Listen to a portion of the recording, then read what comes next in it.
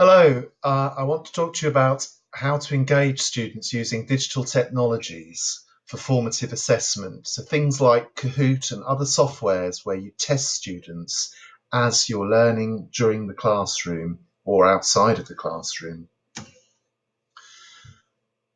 I would suggest three different points to start with. We need to be designing formative assessment tasks to get students to interrogate sources of information or data, to undertake group tasks so that they're reflecting on their understanding. You can use software such as wikis, blogs, discussion forums, or creating portfolios, different ways of collaborating with each other and knowledge construction. Secondly, we need to be utilising formative assessment technologies like Kahoot, Socrative, or other testing technologies, Google Forms, during the lesson at different stages, not just at the end, but all through the lesson.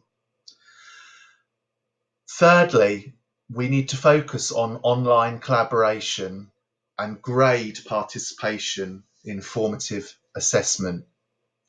I would explain at a later point why this is important. Several studies show formative assessment during a lesson, so testing what students know during a lesson, increases attention, participation, interest, and learning. And it gives the teacher real-time knowledge of what's actually going on in the class and identification of any problem issues so that he or she can adjust their teaching accordingly and address those issues. And it also allows the learners to monitor their own learning. And this is an important thing, that the learners share responsibility for their learning and understand their learning journey. This is how it can be delivered. During a lecture, you ask a question using a software like Kahoot, and students are engaged by that question to answer it, and they get feedback which should enhance their motivation and engagement. Initially, students are engaged through the participation in the test, but what's critical here is that students are actually thinking deeply about the question and about the delivered content. The learner enters an active learning cycle where rational thinking and problem solving occur rather than just memory retention. As mentioned on slide 1, a really important feature is that students are doing group tasks where they reflect upon and demonstrate their understanding, because these are associated with attempts to transform their learning experience with active engagement in knowledge building. Students are adept in today's generation at finding information on the web, but research has found that they still do not have those higher order thinking skills. So they still struggle when they find the information on the web. They don't know how to use that information, to analyze it, to reflect, and to build it in to their thinking and to their problem solving. So we need, as teachers, to help show them how that they can do this and to construct formative assessment tasks which enable them to reflect and problem solve and think. But research from Microsoft, which went across 7 different countries looking at schools, found that the majority of ICT use actually was for, if you look at the top of this, was actually finding information on the internet. In classrooms, 36% of tasks involving student uses of ICT was finding information on the internet.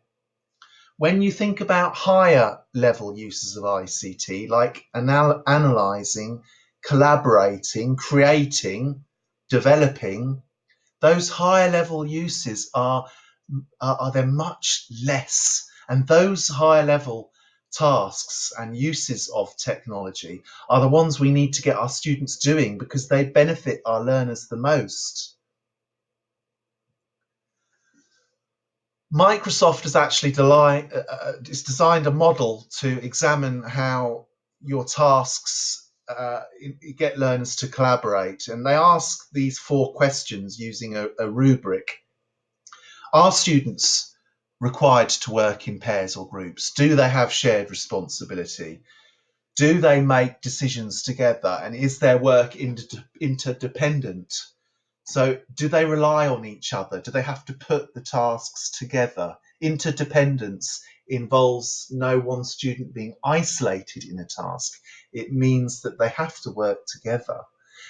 If all 4 of these different criteria are satisfied, then the task is more effective. Researchers have found that online discussion is linked to its assessment. So if you want to get learners involved in successful online discussion and collaborative activities online, it's suggested that you grade them. So if you're involved in designing a course, why not grade student participation? Because that will really help to develop the motivation to be involved in that collaborative formative assessment online. You might be thinking, how do we do this? How can we actually grade online participation?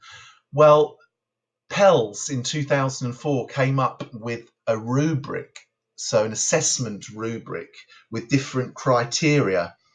So you can see here that it's graded from 0 to 4 points. And at 4 points, if the students' comments online are excellent, then they get 4 points. So how do we judge that excellence? Well, the comment's accurate, it's original, it's relevant, it teaches us something new, it's well written, it adds substantially to the teaching presence of the course and stimulates additional thought about the issue under discussion. So students aren't just getting points for logging in and saying that's a great idea or anything that isn't actually adding to the collective knowledge of the class. Further to this, you can get learners involved in peer assessment, and I would suggest getting learners to design questions. Shen in 2005 came up with the online collaborative exam. You wouldn't have to use this model, but you could use elements of it where students actually design questions. So half a class designs questions that the other half has to answer, and they're involved in the grading. There are so many technologies to create an engaging blend for formative assessment online. Google Forms is excellent. Poll Everywhere is great because you've got text messages, websites that can interact with it. And to get that poll to understand where your students are at any one moment is really useful. Nearpod allows you to create presentations with quizzes and assessment. Socrative allows you to write open-ended questions and multiple choice questions and generates reports, really useful reports that you can use and that provide timely information and data about student understanding. ClassFlow is also fantastic because it lets you embed games within it from other softwares like Kahoot, but it gathers results and displays them like Socrative. And Padlet is so easy to set up, and you've got it's basically like a virtual board where you can leave sticky note questions, comments and reflections on learning. And if students do that for you, it can really inform your teaching, and it can inform their teaching and understanding as well as they pull together their different thoughts and reflections. Flipgrid allows you to create videos about the students' learning. For example, there's this hold up a mirror activity. It's a little bit like a reflective assessment type of activity where students have to think, what can I do? How can I do that better? What can't I do? So if you know about models of reflective practice, you might recognize that that's quite similar to some models of reflective practice, but it's quite useful software to develop an e-portfolio. Seesaw also you can use to develop an e-portfolio. Chatzy is fantastic software in terms of it being a useful and free back channel for feedback. So what do I mean by back channel? A back channel is some way of you as a teacher or lecturer finding out what your students are thinking or what questions that they might have without them actually having to ask you directly. So if you're delivering a lecture with 100 people, it might be very intimidating for students to ask a question, but they could do so online, and you can check that during the lecture. You could even display it to your students. If you didn't want to do that because you were concerned what they might write, you wouldn't have to display it. You could just look at it, look at the screen, have a separate screen that you looked at yourself. And you could adjust your teaching if students found a particular element of your lecture difficult to understand.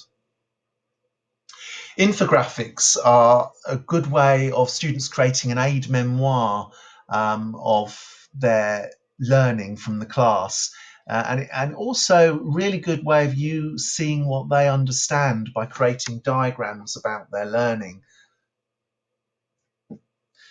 What we need to remember when we're doing formative assessment online or any online activities is we've got to look at Gilly Salmon's model of teaching and learning, because although this is quite an old model, it's still really important because it emphasizes the importance of students at the bottom, access and motivation.